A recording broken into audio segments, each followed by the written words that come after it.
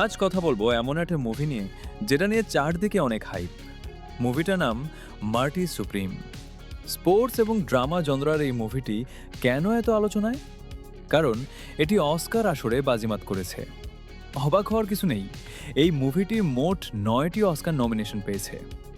তোমরা যারা একদম সিনেমা এবং অসাধারণ পারফরমেন্স দেখতে ভালোবাসো, আজকের এই ভিডিওটা তোমাদের জন্য। চলো দেরি না করে রিভিউ শুরু করা যাক। গল্পের শুরু 1950 সালে নিউ ইয়র্কে। আমাদের মূল চরিত্র মার্টি, যে কিনা একটা সু শপে কাজ করে। কাজের জায়গায় সে এতই দক্ষ যে তাকে ম্যানেজার হিসেবে প্রমোশন দেওয়ার সিদ্ধান্ত নেওয়া হয়। সাধারণত যে কেউ এমন খবরে খুশি হতো, কিন্তু মার্টি এতে আনন্দিত হওয়ার বদলে উল্টো বিরক্তই হলো। তার সোজা কথা, সে ম্যানেজার হতে চায় না। তার স্বপ্ন বিশ্ব চ্যাম্পিয়নশিপের টেবিল টেনিস খেলা। কিন্তু তার এই অদ্ভুত জেদকে কেউ গুরুত্ব দেয় না। মার্টি অনেকটা টেবিল টেনিসের নেশায় পাগল একটা ছেলে। সে বিশ্বাস করে সে সেরা এবং তার উপরে কেউ নেই। কিন্তু পরিস্থিতি তখন বদলে যায় যখন একটি বড় টুর্নামেন্টে সে এক জাপানি খেলোয়াড়ের কাছে হেরে যায়।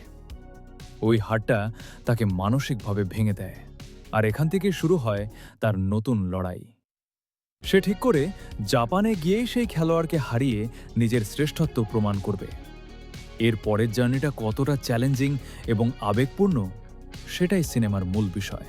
এবার আসি এই মুভির সবচেয়ে শক্তিশালী জায়গা, পারফরমেন্সে। টিমোথি শ্যালামের অভিনয় নিয়ে যত কথা বলবো ততই কম মনে হবে। ওকে যখন স্ক্রিনে দেখি, কখনো মনে হয় এই ছেলেটা একদম নিষ্পাপ, আবার পরক্ষণেই মনে হয় ও পুরোপুরি পাগল। টেবিল টেনিসের প্রতি ওর এই তীব্র জেদ, কখনো ওর রাগ, সব কিছু এত নিখুঁতভাবে ফুটিয়ে তুলেছে যে ওর পাগলামি দেখে নিজেরই মাঝে মাঝে খুবই ফ্রাস্ট্রেটেড লাগছিল।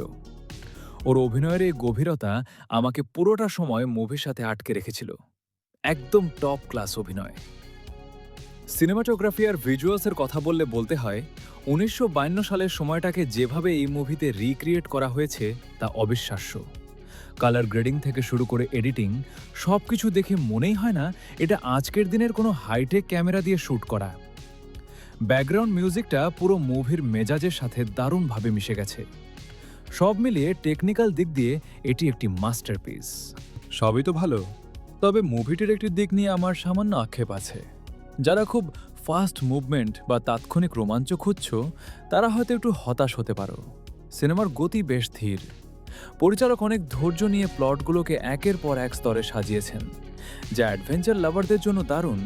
কিন্তু ড্রামা হিসেবে যতটুকু ইমোশনাল ডেপথ বা আবেগীয় গভীরতা আমি আশা করেছিলাম, সেটা যেন কোথাও একটা কমতি ছিল।